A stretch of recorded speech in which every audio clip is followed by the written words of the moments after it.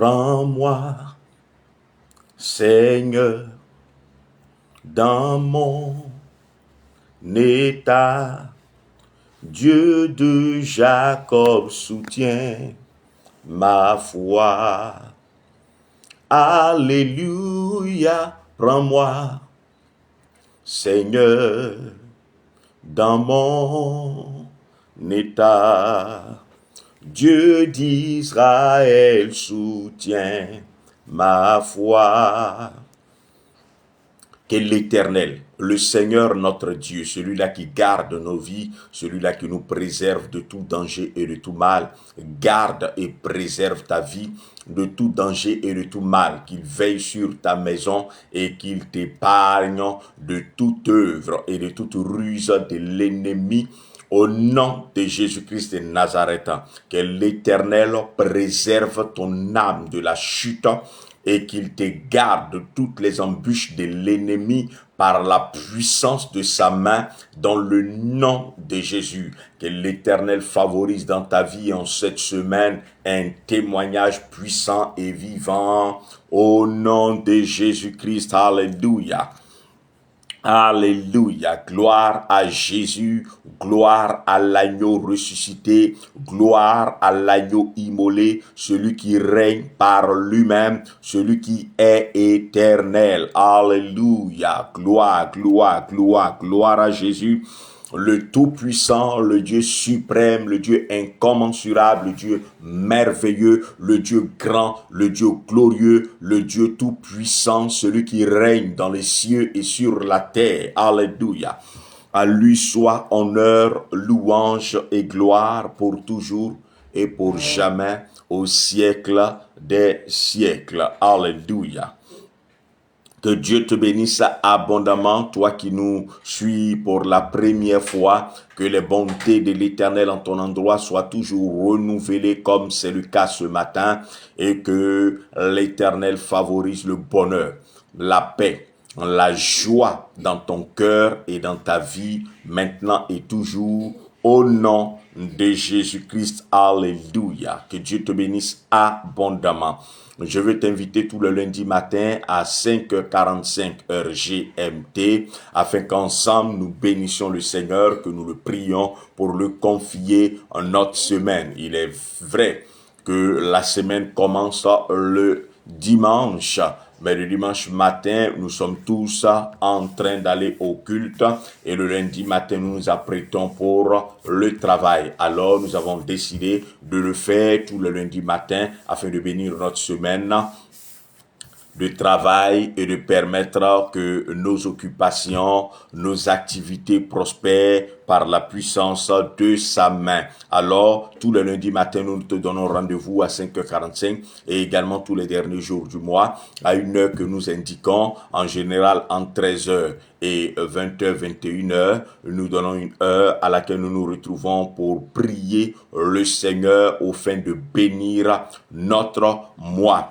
Alors, sois connecté et surtout n'oublie pas de liker, de partager et aussi de permettre à plusieurs personnes de pouvoir bénéficier de la grâce de l'Éternel à nous faites tous les lundis matins et également chaque jour du mois. Que Dieu te bénisse et nous allons lire un passage à la suite de quoi nous allons prier le Seigneur pour déclarer des bénédictions, pour déclarer des paroles, pour déclarer des faveurs de l'Éternel sur notre semaine au nom de Jésus-Christ de Nazareth. Alors prends ta Bible dans le livre de Proverbes. Je veux bénir le Seigneur pour la vie de tous ceux-là qui sont connectés en ce moment, tous ceux-là qui se connectent, qui like et qui partagent. Que la faveur de Dieu soit avec vous, tout ce qui permettait à plusieurs personnes de pouvoir suivre l'autre côté du Jourdain et de pouvoir recevoir la grâce de Dieu, bénéficier de l'amour du Seigneur, bénéficier des bontés du Très-Haut. L'Éternel vous favorise, que ses bontés s'étendent toujours en votre endroit et que ses faveurs soient toujours renouvelées en votre faveur et dans vos vies. Au nom de Jésus, que Dieu vous bénisse abondamment. Alléluia. Proverbe chapitre 19, lisons le verset 23. Proverbe chapitre 19, lisons le verset 23. Proverbe chapitre 19, lisons le verset 23. La Bible dit, « La crainte de l'Éternel mène à la vie. On y demeure rassasié. Mieux vaut un pauvre. On y demeure rassasié sans être visité d'aucun mal. » J'étais en train de lire un autre verset. Verset 23 de Proverbe chapitre 19, la Bible dit, « La crainte de l'Éternel conduit à la vie. La crainte de l'Éternel conduit à la vie, et celui qui la passera la nuit étant rassasié, sans qu'il soit visité d'aucun mal. Et celui qui possède, celui qui a la crainte de Dieu, passera la nuit étant rassasié. Et dans cette même nuit, il n'aura pas, sans qu'il ne soit visité d'aucun mal. » Version Darby, la Bible dit, « La crainte de l'Éternel mène à la vie, et l'on reposera rassasié sans être visité par le mal. » Alléluia, alléluia, alléluia. La crainte de l'Éternel mène à la vie, et l'on reposera rassasié sans être visité par le mal. Alléluia, alléluia. La crainte de l'Éternel mène à la vie, et l'on reposera rassasié sans être visité par le mal. Une dernière version, la Bible dit, au Proverbe 19, verset 23, « La crainte de l'Éternel conduit à la vie, et celui qui la sera rassasié et passera la nuit sans être visité d'aucun mal. » La Bible dit que la crainte de l'Éternel produit la vie. La crainte de l'Éternel mène à la vie. La crainte de l'Éternel produit la vie, et la crainte de l'Éternel mène à la vie. D'où la nécessité et l'importance, je dirais même l'obligation pour tout enfant de Dieu d'avoir en lui la crainte de Dieu, d'avoir dans sa vie la crainte de l'Éternel. Car la crainte de l'Éternel est la productrice de la vie. Alléluia. C'est la crainte de l'Éternel qui produit la vie. Beaucoup de chrétiens se plaignent, beaucoup d'enfants de Dieu se plaignent, mais je veux te dire que Dieu n'a pas fait de promesses à tout le monde. Dieu a fait certaines promesses à tout le monde, mais il y a des promesses qu'il a faites uniquement à ceux qui craignent son nom. Si tu ne crains pas son nom, et tu ne seras pas concerné par certaines promesses. Mais quand tu crains son nom, alors tu peux être concerné par certaines promesses. Dieu n'a pas fait la promesse du bonheur. Dieu n'a pas fait la promesse de la vie à tout être humain, sinon la vie ordinaire. La vie ordinaire, tout le monde a droit. Que l'on soit chrétien ou non, nous bénéficions tous de certaines choses que nous avons en commun, parce que Dieu nous l'a accordé. La Bible dit qu'il fait pleuvoir son soleil sur les bons comme sur les méchants. Il en est de même pour le soleil. Il fait lever son soleil sur les méchants comme sur les bons. Alors, il y a des choses desquelles tu bénéficieras en tant qu'enfant de Dieu, du moins en tant que créature de Dieu. Et il y a des choses desquelles tu bénéficieras étant quelqu'un qui craint le Seigneur. Nous nous plaignons pour beaucoup. Nous disons beaucoup de choses. Dieu n'a pas fait ceci. Dieu n'a pas fait cela. Dieu aurait pu faire ceci. Dieu aurait pu faire cela. Sans toutefois comprendre que Dieu a des règles. Bénéficier de certaines faveurs et de certaines largesses de l'Éternel requiert certaines conditions, parmi lesquelles craindre l'Éternel. La Bible dit que quand tu crains l'Éternel, il y a une production de vie chez toi. Alléluia. La vie dont parle Proverbe ici n'est pas la vie dont nous avons tous part, la vie de laquelle nous bénéficions nous tous. Mais Proverbe parle de ce que le monde appelle énergie. de ce que le monde appelle la chance, de ce que certaines personnes peuvent appeler grâce, de ce que certaines personnes peuvent appeler bénédiction. Ça veut dire que tout ce que tu fais réussit, tout ce que tu entreprends prospère, macheke. C'est cette vie-là qui est inspirée par le Saint-Esprit, par le Seigneur. Et alors, quand elle touche tes deux mains, tout ce que tes mains touchent prospère. Toute entreprise que tu fais prospère, quand cette vie contamine ton corps, les maladies qui sont en toi reçoivent la mort et les maladies et les cellules qui étaient en toi mortes reçoivent la vie. Lorsque cette vie-là touche ta maison, là où ton foyer était en train de tanguer, où l'amour, la joie et le bonheur dans le foyer étaient en train de mourir, la joie et l'amour, la paix reprend. Mais je dis bien que cette joie, ce bonheur, cet engouement, cette joie de vivre, la vie qui est impulsée, l'épanouissement qui produit dans ta vie de tous les jours, l'épanouissement naît de la crainte de l'Éternel. Alors si tu ne crains pas l'Éternel, je crains aussi que cette vie-là ne te soit insufflée d'une façon suffisante. Car on peut avoir cette vie-là, mais de façon tellement faible qu'elle ne peut pas produire les résultats escomptés. Mais quand nous l'avons suffisamment par Jésus-Christ notre Seigneur, à partir de cet instant, nous voyons que dans notre maison, il y a la vie. Dans notre environnement, il y a la vie. Partout où nous arrivons, il y a la vie. Même quand nous arrivons dans une atmosphère de mort et que nous sommes présents, la vie contamine, la vie paraît et l'atmosphère est transformée parce que nous sommes. Et cela naît premièrement et d'abord de la crainte de Dieu. Alors mon frère, ma sœur, crains Dieu, car de la crainte de l'Éternel découlent presque toutes les bénédictions. Beaucoup vont à l'église, beaucoup prient, mais peu marchent dans la crainte de Dieu. Peu marchent dans la crainte de l'Éternel.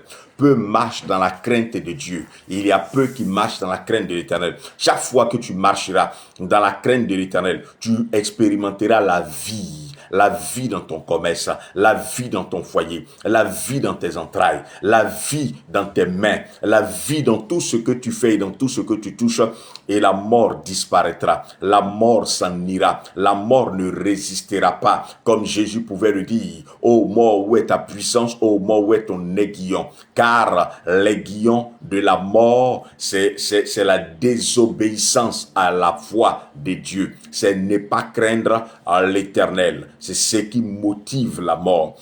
Quand nous craignons l'Éternel, la vie est motivée en nous. Et quand cette vie est motivée, il y a des résultats. Il y a des résultats. Tout est vivant autour de nous. Même les arbres qui sont autour de nous sont vivants parce que nous respirons la vie. Nous expirons non pas du CO2, mais nous expirons la vie et nous inspirons la vie parce que nous devenons inspirateurs de vie. Oh, alléluia. Nous inspirons la vie à ceux qui sont autour de nous et nous inspirons la vie comme l'air qui entre en nous. Alléluia. Et même l'air qui sort de nous, c'est la vie que nous apportons au nom de Jésus.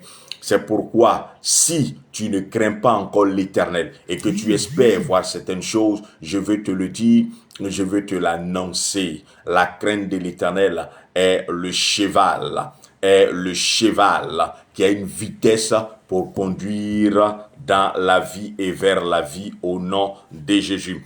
Et la crainte de l'Éternel ne produit pas seulement la vie. La Bible dit qu'elle produit également le rassasiement des nuits. Alléluia. Elle produit le rassasiement des nuits. La Bible dit que de nuit, il dort rassasié. Il est rassasié la nuit. Alléluia. Il est rassasié pendant la nuit. Il passe la nuit le ventre plein. Il passe la nuit le ventre chargé. Et il veut dire simplement cette phrase à deux volets. Elle est premièrement elle est d'abord au sens propre et c'est aussi une métaphore non filée. Cette phrase veut simplement dire que lorsque nous avons la crainte de l'Éternel, on ne dort jamais le ventre vide. Et dormir le ventre vide, c'était synonyme de misère, c'était synonyme de pauvreté, parce que dans les temps jadis, les gens partaient dans les champêtres la journée, allaient dans les champs pendant le jour et la nuit, c'est là qu'ils mangeaient autour de 16h, 18h. C'est en général ainsi que cela se passait. C'est pas comme dans notre culture moderne où les mets étaient apprêtés pendant la journée et la nuit, il n'y avait pas de préparation, où on mangeait léger, où on mangeait juste pour la forme. Avant, c'était la nuit qu'on mangeait. Et quand on n'avait pas les moyens, quand on vivait dans la misère, quand c'était difficile, on ne pouvait pas manger la nuit.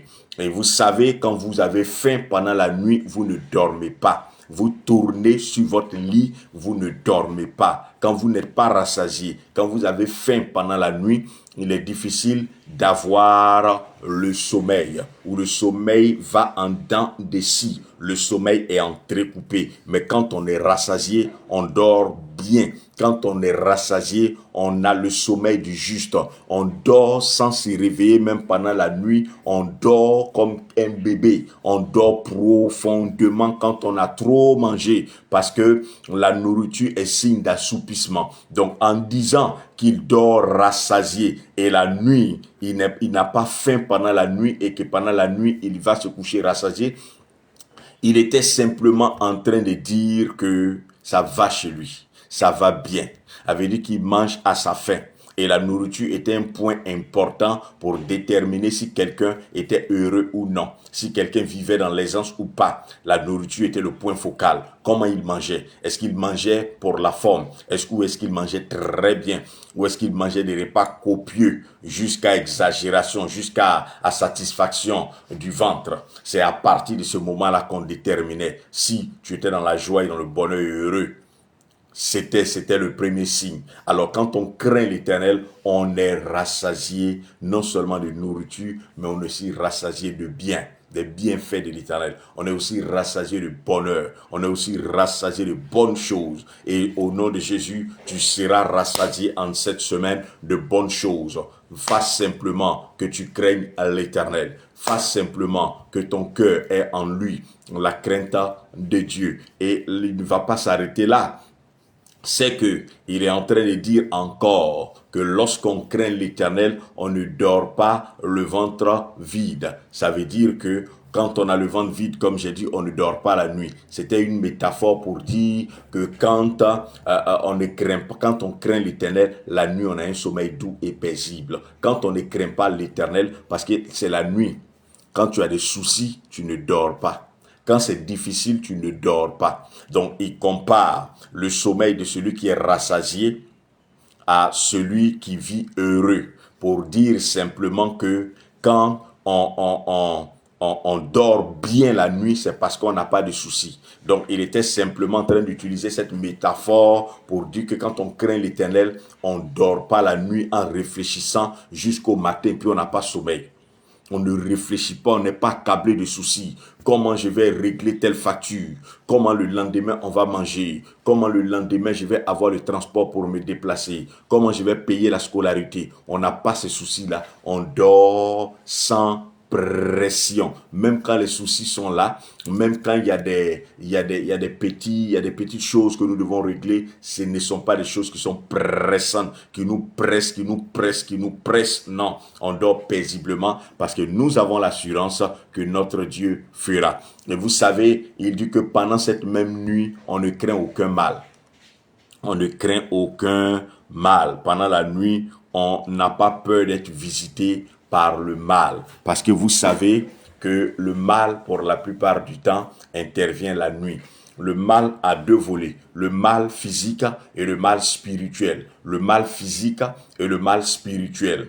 Et le mal physique, c'était les bandits et les voleurs. Vous savez qu'en général, c'est de nuit qui viennent pour cambrioler, c'est de nuit qui viennent pour agresser et pour voler. Et il dit, celui qui craint l'Éternel, il n'a pas besoin d'avoir peur la nuit que les bandits ou l'attaque, que les voleurs viennent contre lui, etc. Il n'a pas besoin de craindre cela. C'est la première chose. Et la deuxième chose, c'est que la nuit, c'est là que le monde des ténèbres se lève. C'est là que les démons et les esprits méchants se lèvent en masse. De jour, ils se lèvent également. De jour, ils attaquent également. Mais pas comme ils attaquent la nuit. C'est la nuit qu'ils attaquent véritablement. Et il dit que celui qui craint l'Éternel, il n'a pas besoin de se méfier de la nuit. Il n'a pas besoin de craindre la nuit. Il n'a pas besoin, il n'est pas triste quand la nuit arrive. Vous savez, il y a des personnes qui, lorsque la nuit arrive, elles sont tristes parce qu'elles ne pourront pas dormir. Elles ne pourront pas dormir parce que il y a des personnes qui sont tourmentées les nuits, tourmentées par les mauvais souvenirs, tourmentées par des angoisses, tourmentées parce que il y a des choses qu'elles verront quand elles dormiront. Il y a des personnes qui de nuit sont visitées par des esprits qui les ont pris comme mari ou femme et qui souvent chassent le vrai époux physique, chassent le vrai époux du lit, ou alors on les soulève pour aller les déposer dehors et ils se réveillent toujours hors de leur maison. Témoignage réel et vrai. Des personnes se retrouvent souvent hors de leur maison alors qu'elles ont dormi dans une maison, où elles se retrouvent à terre, où elles se retrouvent avec des traces de chicottes, avec des traces de blessures, avec des traces de larmes, etc., ou le sang, parce qu'elles ont été ligotées, frappées pendant la nuit. Ce qui fait que les nuits, elles ont peur de dormir. Il dit que celui qui craint l'Éternel n'a pas cette peur en lui, parce qu'il dort paisiblement comme le petit oiseau dans la fente du rocher, parce qu'il sait que son merveilleux sauveur Jésus est là et il combattra pour lui, le défendra. Il veillera sur lui, le défendra. Il combattra pour lui, il le défendra. Il étendra sur sa vie sa main et il lui accordera grâce et faveur. Alléluia, alléluia, alléluia. Merci Saint-Esprit. Merci Adonai. Merci Éternel, parce que nous savons que ce matin, tu veilleras sur nous à cause de ta crainte. C'est pourquoi mon frère, ma soeur, ne rêve pas. S'il n'y a pas en toi la crainte de l'Éternel, ne pense pas que les choses que nous avons citées, tu les verras. Il est vrai que nous les appellerons, mais peu les verront. Parce que souvent nous ne craignons pas l'Éternel. Nous faisons comme nous voulons, nous faisons ce que nous voulons, sans craindre que l'Éternel puisse être offusqué, que l'Éternel puisse être attristé. Voici la crainte de l'Éternel. Chaque fois que nous faisons quelque chose, nous nous assurons que nous n'offensons pas le Saint-Esprit, que nous n'attristons pas l'Esprit de Dieu. Voici, chaque fois qu'on craint l'Éternel, quelle est notre réflexion? Est-ce que si je fais du mal à mon frère, le Saint-Esprit sera oui ou non attristé? Si c'est le cas, alors je ne le fais pas. À partir de ce moment, je peux dire que j'ai en moi la crainte de l'Éternel. Mais quand je fais ce que je veux, sans me soucier de si ça va offusquer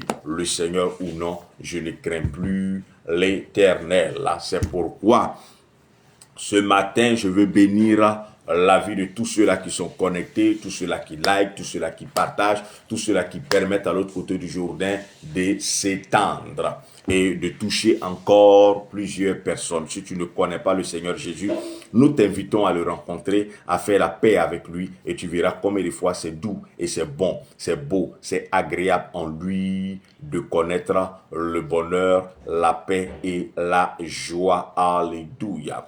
Béni soit l'Éternel pour la vie de sa fille, de sa servante, Maman Solange et Nyankou Ketia, au nom de Jésus, que l'Éternel t'accorde le sommeil doux et que les nuits, tu ne peines point pour dormir, au nom de Jésus. Que l'Éternel soit également avec toi et que l'Éternel te donne d'enfanter la vie. Au nom de Jésus-Christ de Nazareth, dans tout ce que tu entreprends, Maman Marie Yao, au nom de Jésus-Christ de Nazareth, que l'Éternel soit avec toi, Maman Anne-Marie Kona, au nom de Jésus, que l'Éternel te communique sa vie dans toutes tes entreprises et dans tout ce que tu entreprendras. au nom de Jésus-Christ de Nazareth. Que Dieu bénisse à tous ceux qui connaissent, qui like, qui partagent, et que l'Éternel vous favorise toujours dans le nom de Jésus-Christ de Nazareth. Pour ceux qui s'en vont au travail, que l'Éternel vous accompagne et qu'il vous communique la vie et la vie au nom de Jésus, afin que vous réussissiez partout au nom de Jésus-Christ de Nazareth. Sur ce, nous allons ensemble élever la voix et nous allons prier le Seigneur. Je proclame et je déclare sur cette semaine qu'elle est pour moi une semaine vivante au nom de Jésus. L'Éternel met dans mon cœur la crainte de lui, la crainte de son nom, au nom de Jésus. Et tout au long de cette semaine, je marche dans la crainte de l'Éternel, au nom de Jésus.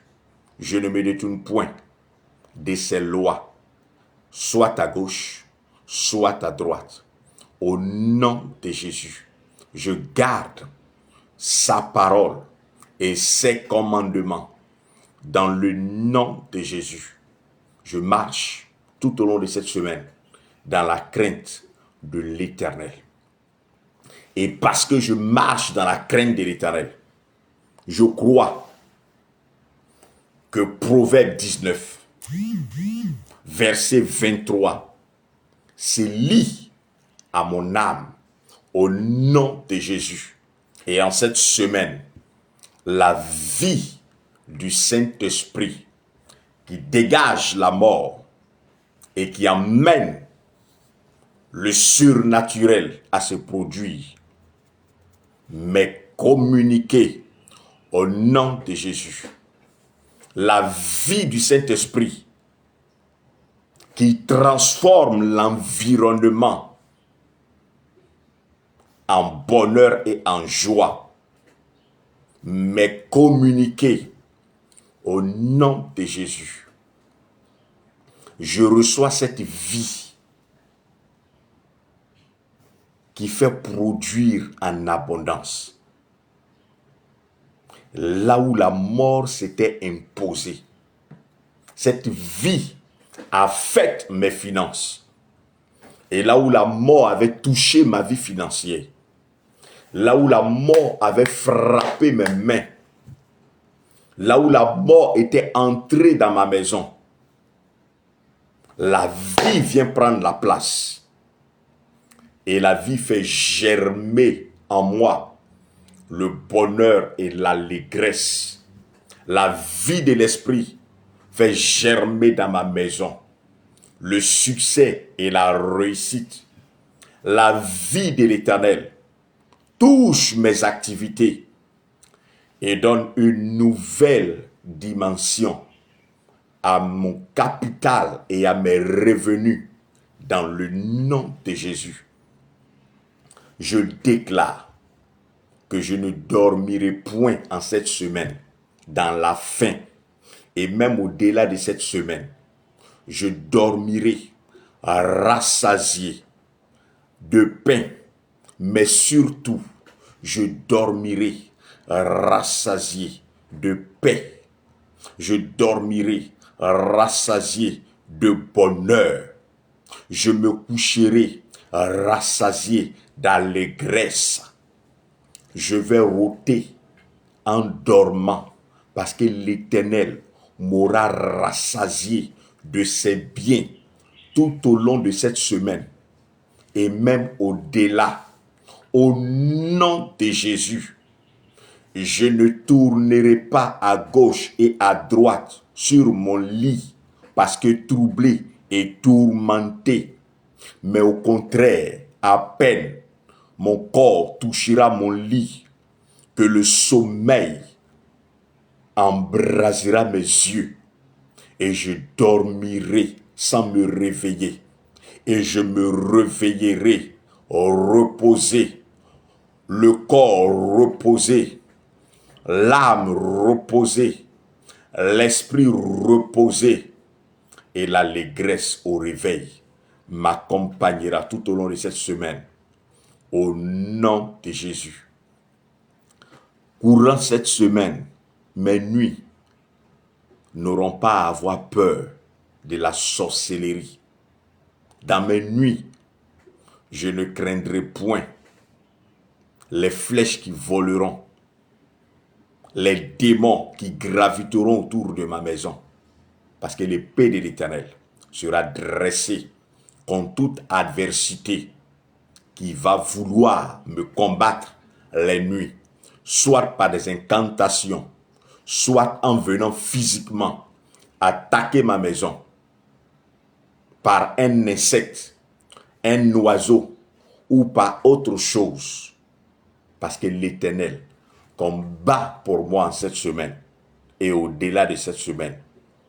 C'est pourquoi je dormirai en paix et je me lèverai dans la joie, parce que l'allégresse du Seigneur me couvrira comme un vêtement et je serai heureux tout au long de cette semaine.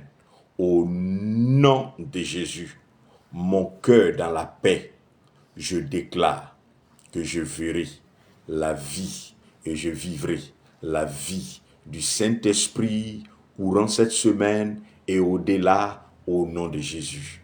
Amen. Amen. Amen. Amen. Amen. Que l'Éternel te communique cette vie au nom de Jésus. Que tu dormes en paix au nom de Jésus sans souci. Et que tu te réveilles dans la joie. Déclaration sur cette semaine au nom de Jésus. Que durant cette semaine, tu n'aies pas à craindre la nuit, ni dans le physique, ni dans le spirituel, parce que la main du Tout-Puissant te garde toutes tes nuits, courant cette semaine et même au-delà, au nom de Jésus-Christ de Nazareth. Bonne arrivée, maman Diomandé Cécile, que l'Éternel sécurise ton âme et que sa paix soit avec toi courant les nuits, au nom de Jésus-Christ de Nazareth. Que Dieu te bénisse abondamment.